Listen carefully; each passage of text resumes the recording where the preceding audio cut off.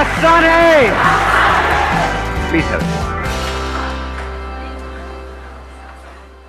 Mentally strong कैसे होते हैं और मेंटली स्ट्रांग होने का मतलब क्या है, ये हमको मिल करके आज फाइंड आउट करना है। पहले ये देखना है कि फिजिकली स्ट्रांग होने का मतलब क्या। सर फिजिकली स्ट्रांग को कह सकते हैं कि जिसके पास स्ट्रेंथ, स्टैमिना और एंड्योरेंस तीनों हो तो उसे फिजिकली फिट कह। Excellent point, let's give big hand for him.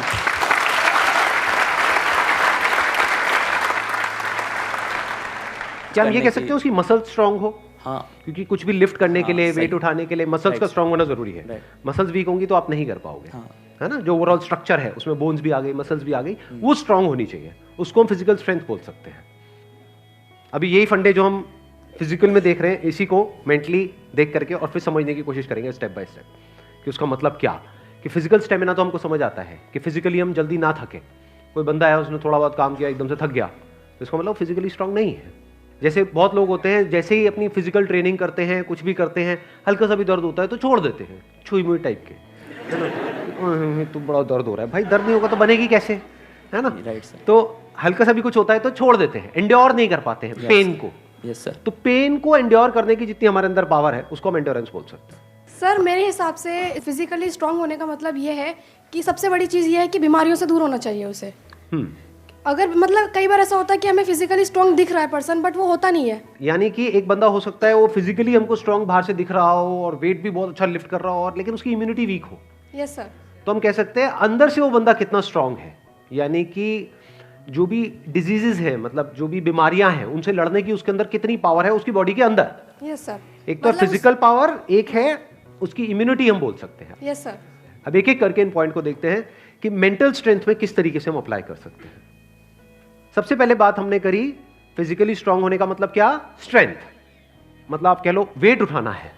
जैसे कहीं हम जा रहे हैं रेलवे स्टेशन पे, यहाँ पे, वहाँ पे, एयरपोर्ट पे, और अगर दोनों हाथ में पूरा भारी भारी पूरा भरा हुआ लगेज है, जैसा हम लोग इंडियंस ज़्यादातर लेकर के जाते हैं, लगेज बंदे से भारी होता है, सही है नहीं है? 3-3 बंदे बैठ बैठ करके उसको पैक कर रहे होते हैं घर पे, माँ चढ़ी होती है और साथ में बच्चे भी, बेटा तू भी आ जा, तू भी आ जा, पति अरे तू क्या देगा, इधर बैठ। सारे बैठे हुए हैं और उसको बंद कर रहे हैं, फिर उसको उठा रहे हैं, है ना। तो कहने का मतलब है कि अगर आपकी मसल स्ट्रांग है तो आप उठा लोगे, एफर्टलेसली उठा लोगे। इसी को तो फिजिकल स्ट्रेंथ कहेंगे। एक है बहुत एफर्ट लगा के आपको कुछ छोटा सा काम करना पड़ रहा है, एक है बहुत बड़ा काम भी आप कर रहे हो बिना किसी एफर्ट के। क्यों? क्योंकि आपकी बॉडी स्ट्रांग है, आपकी मसल स्ट्रांग है। बिल्कुल इसी तरह से थिंकिंग मसल्स, यानी कि कोई प्रॉब्लम आई तो आप ये देख सकते हो आपकी थिंकिंग मसल्स कैसी है, बेस्ड अपॉन कि आपका रिएक्शन कैसा है जब कोई आपकी लाइफ में प्रॉब्लम आती है। 3 सिचुएशंस हैं यहां पे, तीनों को एक एक करके देखते हैं। एक है कोई बड़ी प्रॉब्लम आई हमारे सामने और हमने अपने हथियार डाल दिए और हम एकदम से परेशान हो गए, तो हम क्या कहेंगे, हमारी मेंटल मसल्स कैसी है, वीक है। मतलब बिल्कुल ऐसा हो गया कि लगेज थोड़ा सा भारी है तो लगेज भारी है, मैं नहीं उठाऊंगा। अरे भाई अपने आप को स्ट्रांग कर, मैं आगे ट्रैवल नहीं करूंगा। क्यों? क्योंकि लगेज भारी है, मैं तो यही रहूंगा, बस स्टैंड पे ही रहूंगा, मैं नहीं जाऊंगा।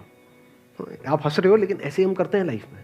कोई बड़ी प्रॉब्लम आई तो हम क्या करते हैं, अपने हथियार डाल देते हैं, मतलब वी गिव अप, फेस ही नहीं करते हैं उस प्रॉब्लम को। ऐसी कोई प्रॉब्लम नहीं है जिसका सॉल्यूशन ना हो इस दुनिया में। अगर प्रॉब्लम है तो सॉल्यूशन भी है, बट सॉल्यूशन तक पहुंचने के लिए we need thinking muscles, we need to think a lot in the right direction.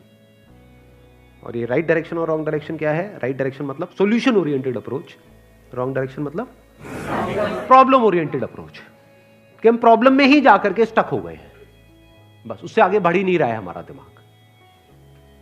इसको हम कह सकते हैं मेंटली हमारी जो मसल्स हैं वो वीक है, मेंटली हम वीक है। दूसरा सिनेरियो क्या है, कोई प्रॉब्लम आई, उससे हम लड़े और लड़ने के बाद में बहुत एफर्ट लगाया, बहुत दिमाग लगाया, बहुत मेहनत करी, लड़े और जीत गए, मतलब उस प्रॉब्लम का हमने सॉल्यूशन निकाल लिया। क्या हम कह सकते हैं कि आप मेंटली बहुत स्ट्रांग हो? नहीं, नो। व्हाई? एग्जैक्टली, बिकॉज आपको बहुत एफर्ट लगाना पड़ रहा है। समझ गए ना? हाँ, जैसे कोई बैग उठाना है तो बहुत एफर्ट लगाना पड़ रहा है जी, दोनों हाथ लगा दिए और ये घसीट घसीट के जा रहे हो, और पहुंच गए, कह रहे हो हाँ मैं तो वो। भाई कुछ नहीं, तेरी कमर में लचक आ चुकी है। The second scenario is better than the first scenario but not as good as the third scenario. Third scenario क्या है? बड़ी से बड़ी भी कोई प्रॉब्लम आई हमारी लाइफ में, हम पहले ही उसके लिए तैयार थे और ऐसे सॉल्यूशन निकल के आ गया। मतलब वो प्रॉब्लम जो दुनिया के लिए बहुत बड़ी है, जिसको देख करके लोग डरने लग जाते हैं, वो प्रॉब्लम आपके सामने आई, ऐसे सॉल्यूशन निकल गया, एफर्टलेसली काम हो गया। यानी एक बैग आपके पास में है 50 किलो का, ऐसे उठा लिया हल्के में। मतलब लोगों को देखने में लग रहा है कि अरे बैग तो बहुत हल्का है। बैग हल्का नहीं है, उस बंदे में दम है। तो कैसे लाइफ की मुश्किल से मुश्किल प्रॉब्लम्स को भी आप आसान से आसान बना सकते हो? कितना आसान बना सकते हो कि ऐसा लगे अरे इस बंदे को तो कोई एफर्ट ही नहीं करना पड़ रहा है। उसी को तो कहेंगे मेंटल स्ट्रेंथ, मेंटली स्ट्रांग होना। इसको अगर मैं सम अप करूं, जो भी अभी तक मैंने कहा है उसको एक लाइन के अंदर अंदर, तो वो क्या है? एक कैटेगरी होती है लोगों की जो सिंपल से सिंपल प्रॉब्लम्स को भी कॉम्प्लिकेटेड बना देते हैं अपने माइंड में।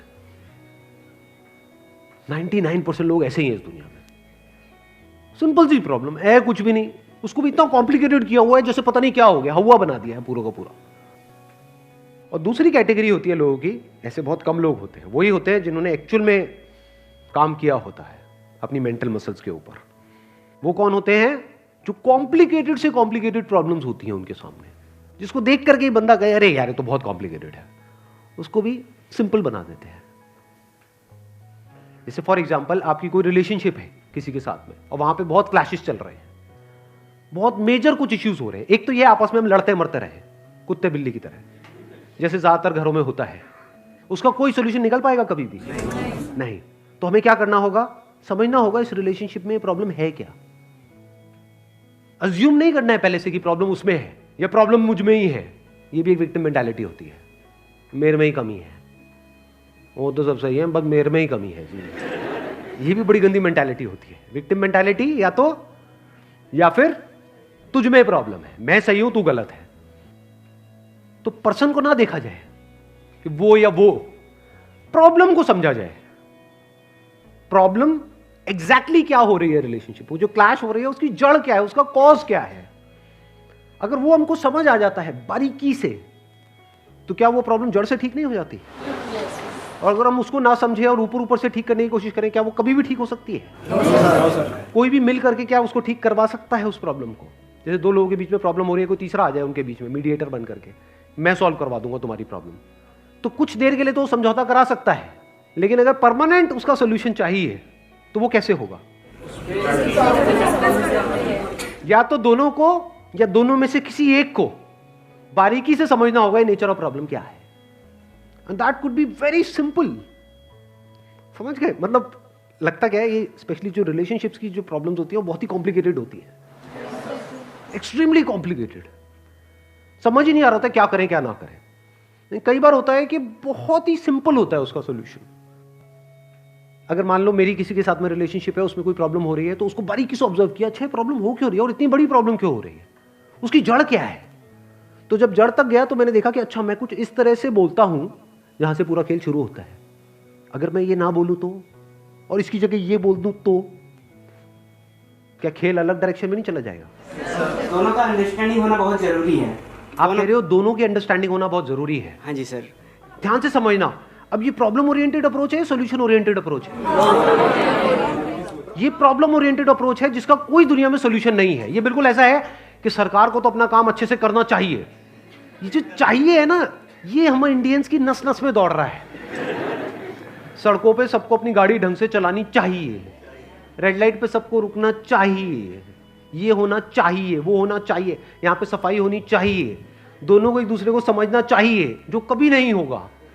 तो क्या हो सकता है? इसका सोल्यूशन क्या है? ये हो गई प्रॉब्लम ओरिएंटेड थिंकिंग कि हमारी लड़ाई की जड़ क्या है, मैं तो उसको समझता हूं वो मुझे नहीं समझती। समझ गए ना? आ गई ना प्रॉब्लम। जबकि सोल्यूशन क्या है? मुझे ही समझना है, खत्म।